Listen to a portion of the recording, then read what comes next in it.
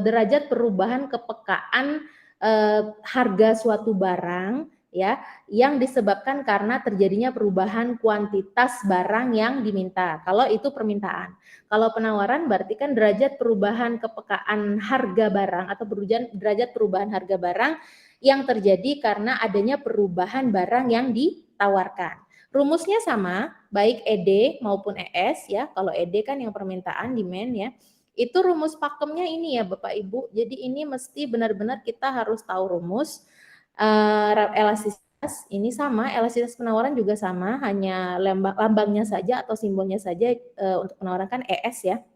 Adalah karena tadi konsepnya adalah perubahan derajat kepekaan perubahan suatu barang karena adanya perubahan permintaan atau penawaran, maka rumusnya adalah persentase perubahan permintaan atau penawaran itu dibagi persentase perubahan harga, atau kalau dibuat dalam rumus itu adalah delta Q per delta P ya, derajat perubahan permintaan atau penawaran karena Q ini melambangkan kuantitasnya dikali P per Q awal. Jadi P dan Q di sini adalah P awal dan Q awal ya. Kalau nanti kita masukkan ke soal-soal tadi, saya yakin Bapak Ibu semua bisa mencari jawaban yang pas ya, yang tepat. Asal kita sudah tidak lupa dengan ini, delta Q per delta P dikali P per Q-nya. Nanti akan ketemu ya, akan ketemu hasilnya berapa. Setelah kita mendapatkan hasilnya, misalnya bilangannya kurang dari 1 atau lebih dari 1, maka kita akan dapat mengidentifikasikan ini termasuk dalam jenis elastisitas permintaan yang seperti apa. Nah, dikatakan elastis jika hasil elastisitasnya itu adalah lebih dari 1. Kenapa ini dikatakan elastis? Di sini bisa Bapak Ibu bisa lebih dalami lagi ya. Jadi dikatakan lebih dari 1 itu elastis itu karena prosentase perubahan kuantitas permintaan ini seperti yang ada di konsep ini lebih besar daripada prosentase perubahan harga. Nah, biasanya ini terjadi pada pakaian atau makanan ringan atau barang mewah dan lain-lainnya. Jadi ketika harga barang naik, konsumen itu akan dengan mudah menemukan barang penggantinya. Biasanya yang barang substitusinya itu banyak, elastisitasnya itu akan lebih daripada 1. Nah, berbeda dengan permintaan yang tidak elastis, di mana hasil elastisitasnya itu adalah kurang dari 1. Kenapa dikatakan tidak elastis? Karena prosentase perubahan kuantitas permintaannya itu lebih kecil dari prosentase perubahan harga. Nah, ini biasanya terjadi pada barang-barang kebutuhan pokok ya Bapak Ibu ya. Contohnya di sini adalah beras. Jadi meskipun harganya naik, orang itu tetap akan membutuhkan konsumsi beras karena mau nggak mau ya kita kan harus tetap makan ya.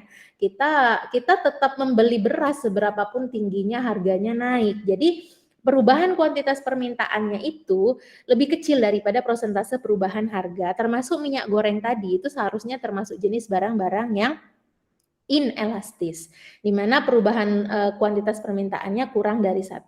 Nah, saya akan menyampaikan sedikit ya, disclaimer sedikit terhadap soal yang saya berikan ke Bapak Ibu. Walaupun di situ kadang contohnya gula termasuk kebutuhan pokok, tapi kalau nanti hasilnya seharusnya kalau kebutuhan pokok itu kurang dari 1, tapi ternyata di situ tidak dari 1, itu karena si pembuat soal yang tidak pas dalam menentukan angka-angka tersebut seperti itu ya. Tapi konsepnya ini ya, konsepnya yang ada di modul ini ya Bapak Ibu. Maka saya ajak Bapak Ibu untuk ke sini. Walaupun mungkin tadi ketika mengerjakan di soal keberapa tadi ada beberapa yang soal elastisitas, lah ini kan barang termasuk barang kebutuhan pokok dan ini termasuk barang mewah kok malah yang mewah tak malah inelastis, yang mewah atau elastis itu karena ketika membuat padu padan angkanya di situ itu asal gitu ya Bapak Ibu ya. Itu kan hanya hanya untuk yang penting dapat berapa gitu ya. Tapi kalau konsepnya Bapak Ibu mohon kembali lagi ke yang ada di modul ini seperti itu. Nah, kemudian permintaan yang dikatakan elastis itu adalah permintaannya sama. Derajat perubahan permintaan sama derajat prosentase perubahan harganya itu sama atau sama dengan 1. Nah, biasanya ini terjadi pada barang-barang elektronik ya. Di sini sudah lengkap contohnya. Karena bisa jadi nanti yang ditanyakan bukan hitungannya, tapi adalah jenis-jenis barang. Jadi barang-barang ini termasuk dalam barang yang elastis atau tidak, atau yang elastisisnya berapa gitu. Kadang-kadang ada. Jadi mohon ini dipelajari Bapak Ibu dengan lebih dalam lagi nanti di sini. Nah, berikut seterusnya sampai elastisitas 0. Kalau kita mau lihat dalam bentuk kurva seperti ini. Yang elastis itu dia landai, kurvanya seperti ini ya Bapak Ibu ya. Kurva permintaannya itu landai. Kalau yang elastis sempurna itu bahkan sejajar dengan sumbu horizontal, yang inelastis itu curam karena itu tadi ya. Kemudian inelastis sempurna itu sejajar dengan sumbu vertikal, kalau yang uniter itu tidak landai, tidak curam. Dia membentuk sudut 90 derajat pas ininya, sudutnya untuk kemiringannya. Itu. Nah, kemudian untuk penawaran, penawaran itu faktor-faktor yang mempengaruhi perlu kita perdalam dulu di sini. Harga barang itu sendiri termasuk yang mempengaruhi penawaran ya, Bapak Ibu ya. Misalnya ketika dia naik atau turun, meningkat dari 1.500 menjadi 2.000, maka jumlah yang penjual tawarkan itu akan meningkat. Dari sisi produsen kita melihatnya kalau penawaran, maka harga juga termasuk. Tapi yang lebih mempengaruhi dari penawaran itu biasanya adalah biaya produksinya. Karena semakin besar biaya produksi yang dikeluarkan, maka biasanya akan semakin membuat harga per unit produk itu akan menjadi semakin mahal ya. Jadi ini akan mempengaruhi penawaran. Kemudian kemajuan teknologi. Kalau kita pakai teknologi yang high tech, tentunya kan akan lebih minim biaya ya. Biasanya barang bisa jadi lebih murah seperti itu. Kemudian pajak dan perkiraan harga di masa yang akan datang. Nah, itu kemudian hukum penawaran ini ya Bapak Ibu ya, karena sesuai dengan bunyinya, apabila harga barang naik, maka jumlah yang ditawarkan naik, dan apabila harga turun, maka jumlah yang barang ditawarkan turun, maka untuk penawaran itu kurvanya adalah berbanding lurus. Seperti contoh ini ya, contoh data ini. Pada saat harga 500 yang ditawarkan 40. Semakin turun harganya biasanya semakin sedikit jumlah barang yang ditawarkan. Maka kurvanya berbanding lurus. Berbanding lurus itu dari sudut 0 ini ya, sudut 0 ke atas itu jadi semakin naik harganya semakin banyak jumlah barang yang ditawarkan. Ini berkebalikan dengan kurva penawaran tadi ya Bapak Ibu ya. Jadi kalau S itu dari kiri bawah ke kanan atas, kalau demand, kurva demand atau kurva permintaan itu dari kiri atas ke kanan bawah. Nah, nanti titik temunya itulah yang dinamakan dengan harga keseimbangan atau harga pasar atau BEP. Ya, itu elastisitas penawaran rumusnya sama seperti yang saya sampaikan tadi. Berikut juga dengan penawaran ya, yang elastis itu jika lebih dari satu, contohnya bisa Bapak Ibu baca lebih lanjut nanti contoh-contohnya. Ini bentuk elastisitas penawaran sama dengan elastisitas permintaan tadi, dan sampai kita ke konsep keseimbangan harga. Ya, keseimbangan harga itu kan titik temu ya, ini ya, equilibrium ya, titik keseimbangan di mana terjadi pertemuan antara kurva penawaran dan kurva permintaan. Nah, ini ada QE dan PE itu adalah harga keseimbangan dan jumlah barang keseimbangan, jumlah keseimbangan ya. Ini harga keseimbangan. Saya rasa mungkin itu sedikit ya tentang permintaan, penawaran dan juga sampai ke harga ke pasar ya, harga keseimbangan. Kalau untuk yang pasar bisa Bapak Ibu perdalam lebih lanjut, kita masuk ke soal ya, kita masuk ke soal karena ini tadi sebagai pengantar untuk kita bisa menjawab beberapa pertanyaan dari soal nomor 6 sampai berikutnya itu dengan lebih mantap ya Bapak Ibu. Ya, baik, kita kembali ke soal nomor 6. Jadi kalau di sini faktor yang mempengaruhi penawaran yang mana Bapak Ibu? Dari kolom A, B, C ini. B, Bu. Ya. B, Bu. B, A2, ya, B produksi. Kemudian teknologi ya, kemudian harga barang. Dengan harga barang substitusi. Ya, betul, yang B, Bapak Ibu. Nah, sekarang soal nomor 7, Bapak Ibu ya. Di sini sudah diketahui data, ada harga, ada jumlah barang yang diminta, yang ditanyakan adalah koefisien elastisitas permintaan.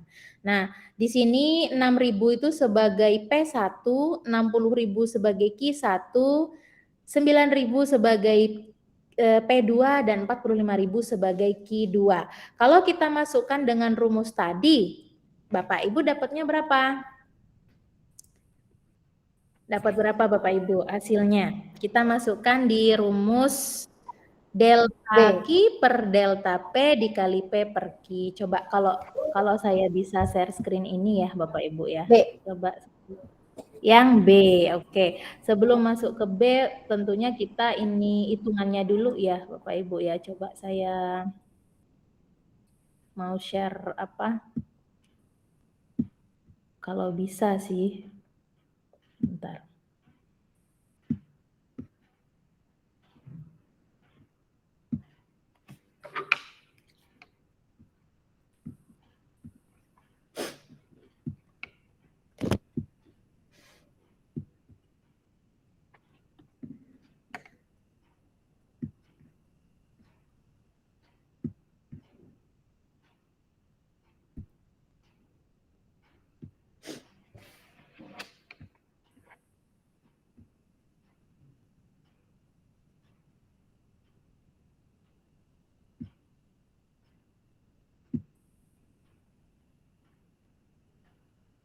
Ya, Bapak Ibu semua menggunakan email UNY kan masuknya? Masuk ke link Google Meet ini semua pakai akun? Iya, Bu. Iya ya, karena tadi saya pilih izinnya untuk bisa melihat itu adalah semua yang menggunakan link UNY begitu. Baik, coba kalau ini ya, kalau enggak apa? Kalau bisa dipakai ini karena kadang-kadang pen tabletnya juga enggak begitu ini. Apakah sudah tampil di layar Bapak Ibu semua sekarang ininya? Paparan? Sudah, Bu. Saya sudah. Sudah. Sudah, Bu. Nah, Sudah. kita masukkan Bapak Ibu berdasarkan data tadi ya. Kita tulis datanya dulu. Diketahuinya apa Bapak Ibu? P1-nya berapa? Aduh, ini pennya terlalu sensitif ya. Maaf Bapak Ibu. P1-nya saya bisa dibantu biar kita P1-nya 6.000, Bu. 6.000. Oke. Ya. P1 6.000.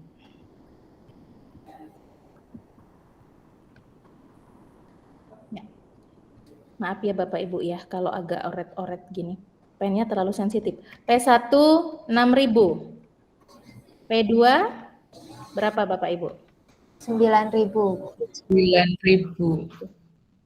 9. Duh, kok malah nggak ketok ya Bapak Ibu ya. Sebentar.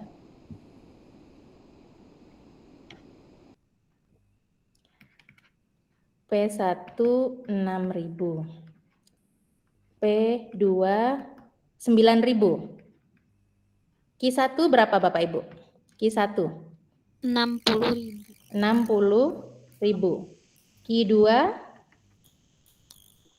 45.000 ya kalau nggak tidak. 45.000. Ya. Ya. Kita masukkan ya rumusnya tadi. ED karena ini elastisitas permintaan adalah delta Q per delta P dikali P per Q, di mana P per Q-nya adalah P awal Q awal. Delta itu kan perubahan ya, perubahan Q. Perubahan Q berarti ini. Perubahannya dari 60.000 ke 45.000 berapa Bapak Ibu? 15.000 ya. Kita masukkan 15.000 per delta P. Delta P perubahan ini ya. Ini 3.000. Maka delta P-nya adalah 3.000. Kita abaikan ya di sini ya positif negatifnya ya Bapak Ibu ya. Karena delta itu kan perubahannya. Jadi 60.000 ke 45.000 itu perubahannya 15.000, 6.000 ke 9.000 perubahannya 3.000. Kita masukkan P1-nya tadi kita dapat data 6.000. Q1-nya adalah 60.000. Udah ini gampang, kebetulan ini angkanya mudah. 15 sama 60 kita coret ya, 1 dan 4. Kemudian 3.000 sama 6.000 kita coret adalah 2. Maka hasilnya adalah 2/4. Ya, betul. Kalau tadi adalah elastisitasnya 0,5. Ini berarti nilai koefisien dari soal nomor 6. Ya, Bapak Ibu ya.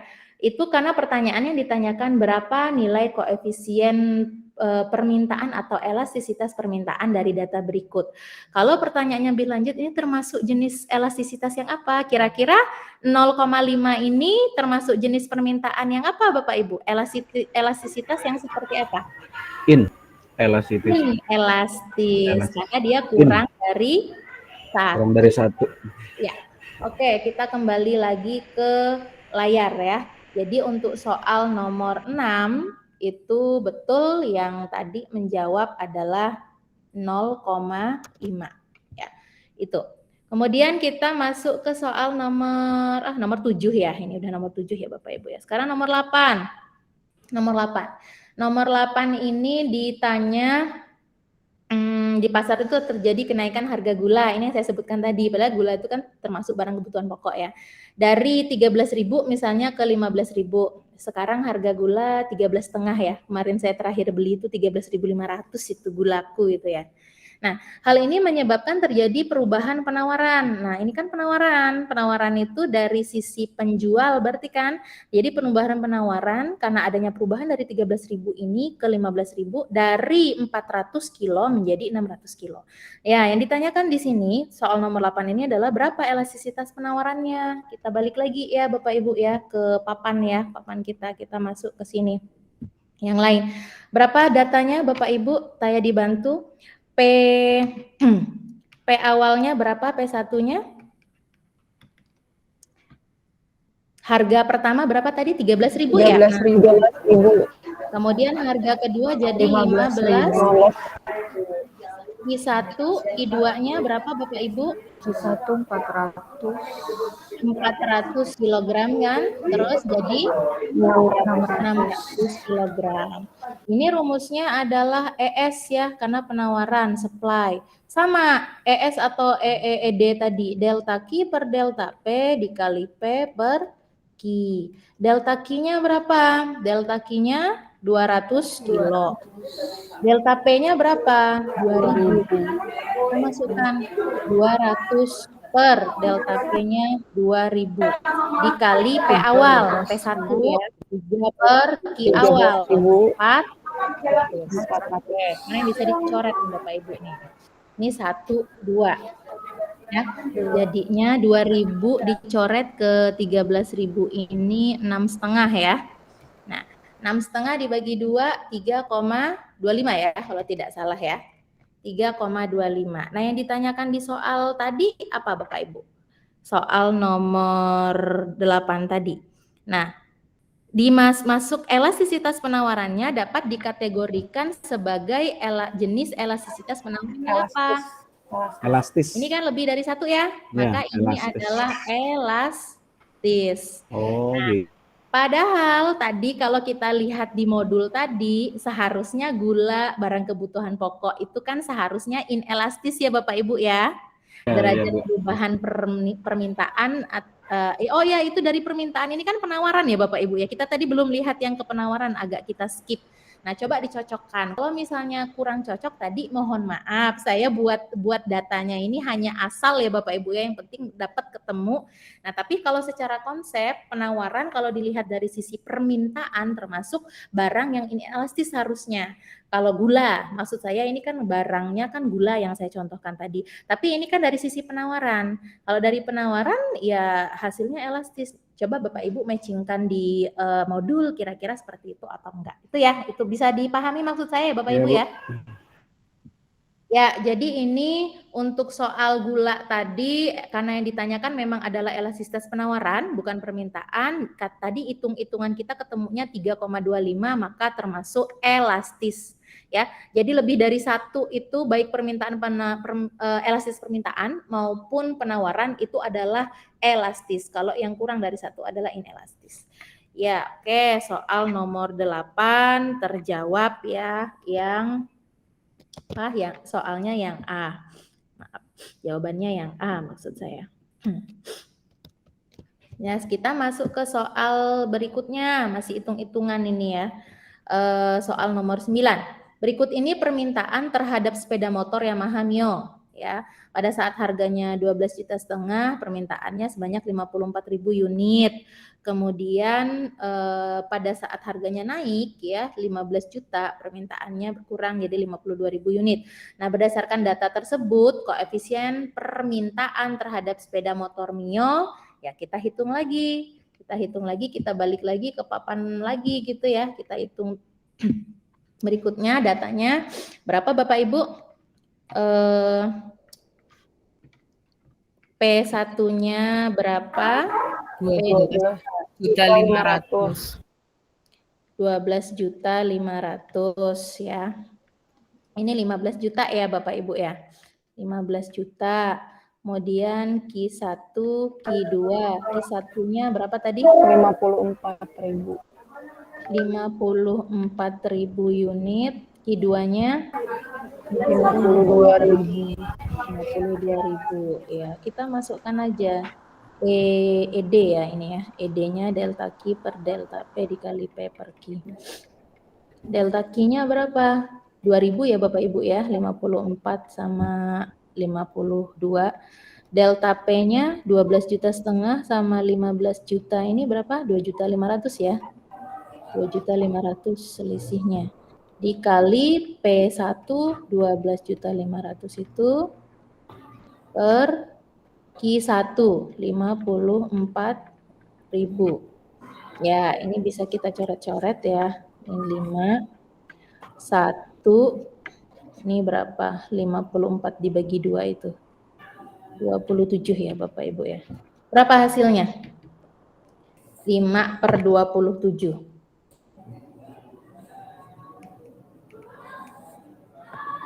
Berapa? Coba Bapak Ibu ada yang pakai kalkulator tadi ngitungnya dapat berapa? 18. 0,18. Berarti kan ini kurang dari 1 ya. 0,18 ini kurang dari 1 berarti termasuk jenis permintaan yang kurang dari 1, inelastis ya. Inelastis. Nah, di sini juga udah E adalah kurang dari 1. Ya, baik berarti untuk soal nomor nomor 9 tadi koefisien elastisitas permintaannya adalah E kurang dari 1 karena 5/27 ya ini ya.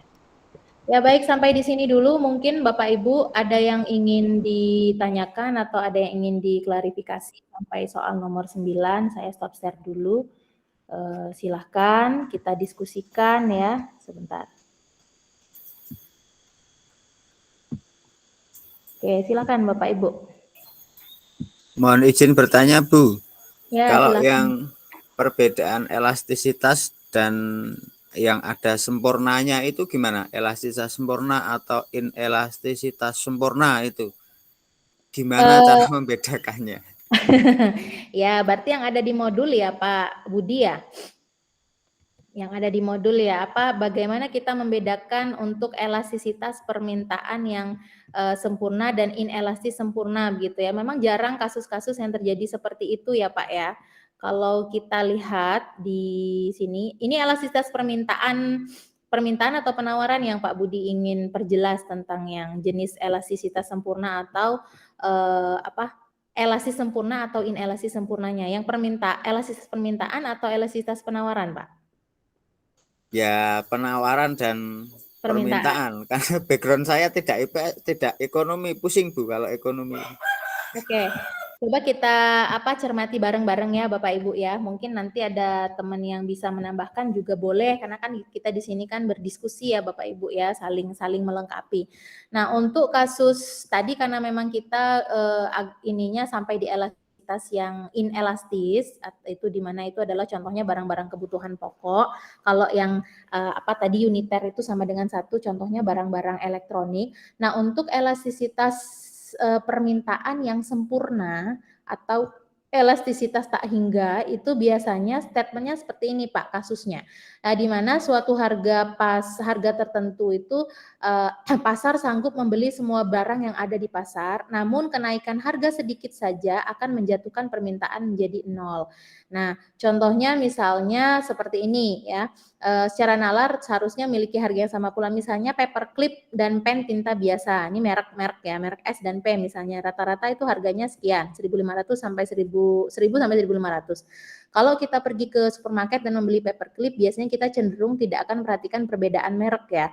Biasanya kita akan membeli di mana yang paling murah ya.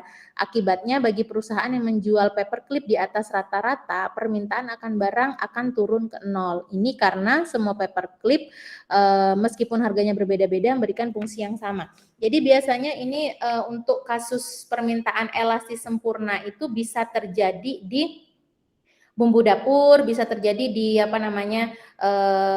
paperclip tadi gitu ya. Karena kalau barang yang tidak termasuk barang mewah tapi juga tidak termasuk barang yang barang kebutuhan pokok, tapi dia harganya ada berbagai macam merek di situ, dan cenderung konsumen itu akan memilih harga yang fungsinya sama, itu akan memilih harga yang rendah gitu ya, harga yang lebih murah ya. Memiliki fungsi yang harganya beda tapi fungsinya sama, cenderung konsumen itu akan memilih ke harga yang lebih murah seperti itu. Maka elastisitasnya menjadi tidak hingga seperti itu ya. Kenaikan harga sedikit akan menjatuhkan permintaan menjadi nol. Kalau ada harga yang lebih mahal sedikit dan konsumen akhirnya cenderung tidak memilih ke situ gitu Pak Budi, akhirnya dia kan permintaannya menjadi nol. Ini yang sebenarnya ini jarang terjadi ya. Permintaan elastis sempurna ini jarang. Karena kalau misalnya kita sampaikan juga contoh bumbu dapur. Bumbu dapur itu sendiri kan banyak jenisnya Bapak Ibu. Ada yang bumbu dapur instan, ada yang bumbu dapur yang memang apa bahasanya itu ya, bumbu rempah-rempah yang memang ada di berbagai pasar tradisional. Kita milihnya itu bukan hanya sekedar murah atau tidaknya, tapi juga kita sudah biasa beli di situ, udah biasa beli di situ ya kita belinya di situ seperti itu ya. Atau merek misalnya yang biasa pakai tepung bumbu sajiku, tapi ada juga merek yang lain apa ya, merek Kobe atau apa seperti itu. Kalau kita sudah biasa beli itu, mau yang lain lebih murah atau tidak begitu berpengaruh. Jadi kasus-kasus untuk permintaan elastisitas sempurna itu kalau di sini penekanannya adalah jika fungsinya sama sementara ada perbedaan harga antara satu barang dengan barang yang lain, merek ya, perbedaan merek atau perbedaan harga, biasanya konsumen akan cenderung memilih harga yang murah, akan menyebabkan permintaan terhadap harga barang lain yang tidak dibeli itu menjadi nol. Itulah yang dinamakan dengan permintaan elastis sempurna. Seperti itu. Nanti kita lihat di kurvanya, Pak. Nah, kalau permintaan yang tidak elastis sempurna atau inelastis sempurna atau elastisitasnya adalah nol, itu perubahan harga tidak mempengaruhi jumlah barang yang diminta. Kasusnya seperti apa? Kasusnya seperti jenis obat-obatan waktu kita sakit ya. Itu mau terjadi perubahan harga sesignifikan apapun, kalau kita sakit butuh obat pasti kita beli kan Pak ya, karena kita berharap kita sembuh seperti itu. Begitu juga dia mau turun seperti apa, kalau kita tidak sakit, kita tidak butuh kan kita tidak beli. Nah itulah kenapa permintaan inelastis sempurna ini atau yang elastisitas nol itu titik poinnya adalah perubahan harga itu tidak mengaruhi jumlah yang diminta. Maka kurvanya akan berbentuk vertikal, sejajar vertikal ke atas seperti itu. Kurva ini berarti berapapun harga barang yang ditawarkan atau kuantitas barang yang lain itu tetap atau tidak berubah. Contohnya, meskipun harga naik terus, kuantitas yang tersedia tetap terbatas. Misalnya lukisan milik pelukis yang telah meninggal ya. Jadi berapapun harga yang ditawar atas lukisan, pelukis tersebut tidak akan lagi bisa menambah kuantitas lukisannya. Contoh lain misalnya obat-obatan pada waktu sakit.